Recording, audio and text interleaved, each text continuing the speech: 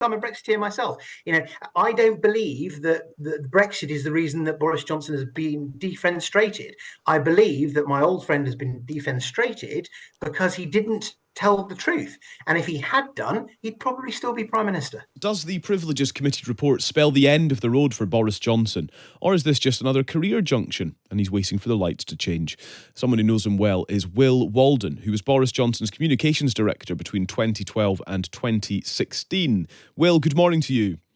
Hello, Callum. How are you? Yeah, very well, thanks. Great to speak to you. A few moments ago, we were speaking to Andy Williams, reputation consultant. He was suggesting that this feels almost like the logical conclusion of Boris Johnson's political career. Do you agree with that?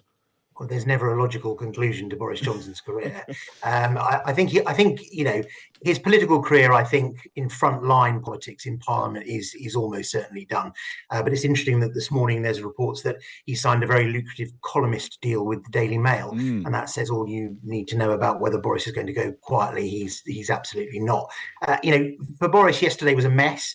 The report is damning. I was surprised in the end that the sanction was so harsh because I thought that they'd probably find him recklessly guilty rather than deliberately so. But he saw it coming, and that's why he jumped ship and tried to seize the initiative as he did last week. And doing so, and it will continue to be the case, he's able to shout about injustice in the most Trumpian of terms, to hold tight to his own version of the truth about this. And to do otherwise would be a surprise. It would be to crack the Boris facade.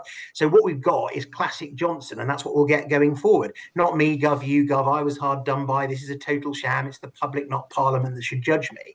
But the problem for Boris, I think, this morning is that he's proving his critics right. He's actually ducking democracy and accountability. He's taken away the public's right to judge him by ducking that by-election. And that's all very deliberate. He would have lost. 69% in YouGov's latest survey last night agreed that he knowingly misled Parliament.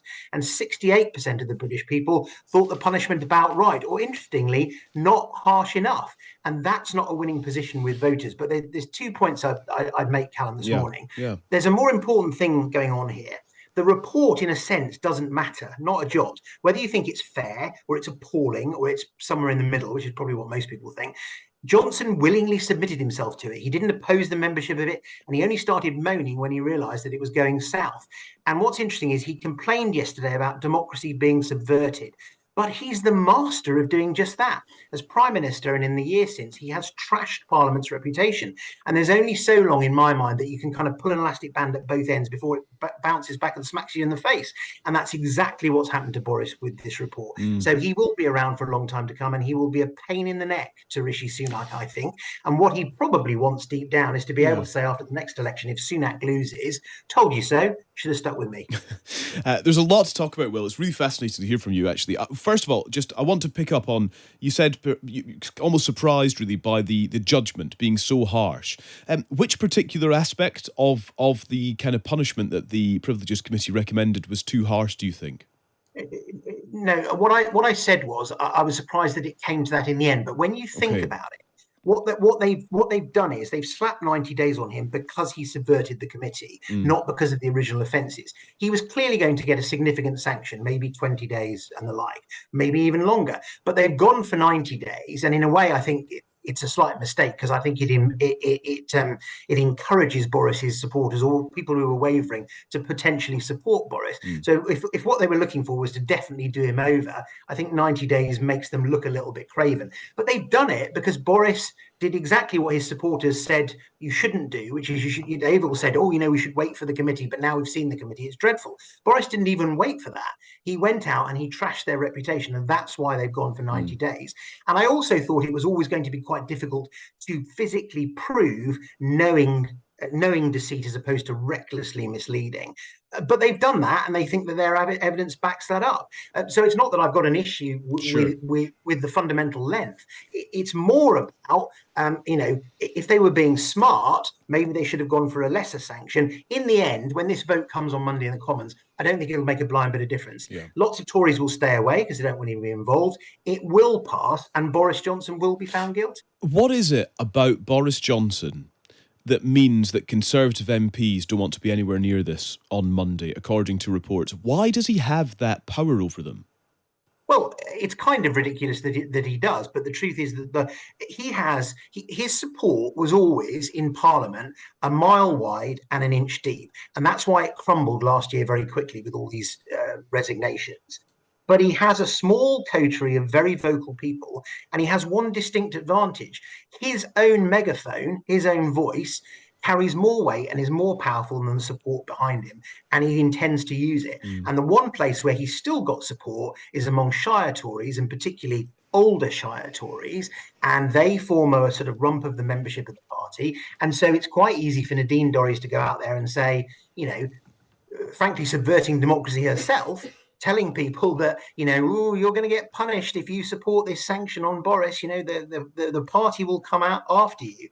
The truth is, for me, as somebody that's worked in government and has supported this party for a long time, I think that's pretty disgraceful. People should be able to make up their own mind based on the facts. They don't need to be threatened by anybody. And the committee themselves have made a point of saying that, Boris has played along with this subversion and this way of behaving. And I think that's very dangerous. So that's why they're nervous.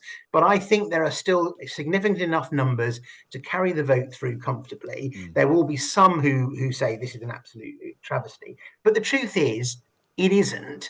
If Boris had come clean at the very beginning of this, none of this would have happened. And to blame Remainers or the blob or the establishment, look, I'm a Brexiteer myself. I don't believe that Brexit is the reason that Boris Johnson has been defenestrated. I believe that my old friend has been defenestrated because he didn't tell the truth. And if he had done, he'd probably still be Prime Minister. Will, is he a public servant at heart? Does he want to come back? Does he care enough about being a politician that he will want to move past this? Move past it, no chance, Callum. I think what's interesting is I never thought he'd probably want to stand in Uxbridge and South Ruislip if he knew he couldn't get back in as Prime Minister this side of the election, and that's been proven. So, and now with this report, he has to go. I don't think we'll see Boris being a public servant. He doesn't want to lead the opposition. He doesn't, frankly, want to sit on the back benches. He wants only one thing: to be Prime Minister. And if he can't be Prime Minister, he'll do everything he can to destabilise the person that is, unfortunately. Well, it's really good to speak to you. Thank you for your insight. Thanks for speaking to us. Cheers, Callum. Cheers. Now, you too. That's Will Walden, who was Boris Johnson's communications director between 2012 and 2016.